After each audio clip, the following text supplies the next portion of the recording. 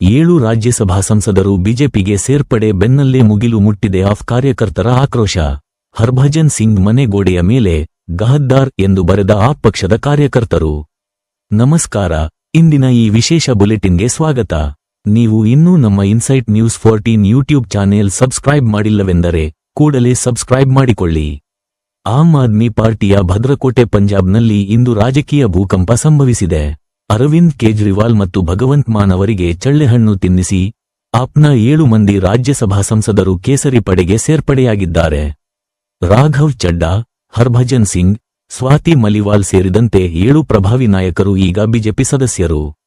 ಪಂಜಾಬ್ನಾದ್ಯಂತ ಭುಗಿಲೆದ್ದ app ಕಾರ್ಯಕರ್ತರ ಆಕ್ರೋಶ.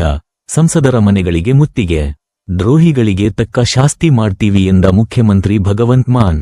ಹೌದು, ಆಪ್ ತೊರೆದವರ ಪಟ್ಟಿಯಲ್ಲಿ ರಾಘವ್ ಚಡ್ಡಾ, ಸಂದೀಪ್ ಪಾಠಕ್, ಅಶೋಕ್ ಮಿತ್ತಲ್, ಹರ್ಭಜನ್ ಸಿಂಗ್, ಸ್ವಾತಿ ಮಲಿವಾಲ್, ರಾಜೇಂದ್ರ ಗುಪ್ತಾ ಮತ್ತು ವಿಕ್ರಮ್ ಸಾಹ್ನಿ ಇದ್ದಾರೆ. ಈ ದಿಢೀರ್ ಬೆಳವಣಿಗೆಯಿಂದ ಪಂಜಾಬ್ ರಾಜಕೀಯ ಅಕ್ಷರಶಃ ಕೆಂಡದಂತಾಗಿದೆ. ಪಂಜಾಬ್ನ ವಿವಿಧೆಡೆ ಪ್ರತಿಭಟನೆಗಳು ತೀವ್ರಗೊಂಡಿವೆ. ಜಲಂಧರ್ನಲ್ಲಿರುವ ಲವ್ಲಿ ಪ್ರೊಫೆಷನಲ್ ಯೂನಿವರ್ಸಿಟಿ ಮುಂದೆ ಆಪ್ ಕಾರ್ಯಕರ್ತರು ಜಮಾಯಿಸಿದ್ದಾರೆ. ಈ ಸಂಸ್ಥೆಯ ಒಡೆಯ ಅಶೋಕ್ ಮಿತ್ತಲ್ ಅವರ ಪಕ್ಷಾಂತರವನ್ನು ವಿರೋಧಿಸಿ ವಿವಿ ಮುಂದೆ ಭಾರಿ ಘೋಷಣೆಗಳನ್ನು ಕೂಗಲಾಗುತ್ತಿದೆ. ಇತ್ತ ಖ್ಯಾತ ಕ್ರಿಕೆಟಿಗ ಹಾಗೂ ಸಂಸದ ಹರ್ಭಜನ್ ಸಿಂಗ್ ಅವರ ಮನೆಯ ಗೋಡೆಗಳ ಮೇಲೆ ಗದ್ದಾರ್, ದ್ರೋಹಿ ಎಂದು ಬರೆಯುವ ಮೂಲಕ ಕಾರ್ಯಕರ್ತರು ತಮ್ಮ ಆಕ್ರೋಶ ಹೊರಹಾಕಿದ್ದಾರೆ. ಇನ್ನು ಲುಧಿಯಾನದ ಕಿಚ್ಲು ನಗರದಲ್ಲಿರುವ ಕೈಗಾರಿಕೋದ್ಯಮಿ ರಾಜೇಂದ್ರ ಗುಪ್ತಾ ಅವರ ಟ್ರೈಡೆಂಟ್ ಗ್ರೂಪ್ ಕಚೇರಿಗೆ ಆಪ್ ಯುವ ಘಟಕ ಮುತ್ತಿಗೆ ಹಾಕಲು ಸಜ್ಜಾಗಿದೆ. ಈ ಇಡೀ ಬೆಳವಣಿಗೆಯನ್ನು ಪಂಜಾಬ್ ಜನತೆಗೆ ಮಾಡಿದ ದ್ರೋಹ ಎಂದು ಆಪ್ ಕರೆದಿದೆ. ಸಿಎಂ ಭಗವಂತ್ ಮಾನ್ ಅವರು ತಕ್ಷಣವೇ ರಾಷ್ಟ್ರಪತಿಗಳ ಭೇಟಿಗೆ ಸಮಯ ಕೇಳಿದ್ದಾರೆ.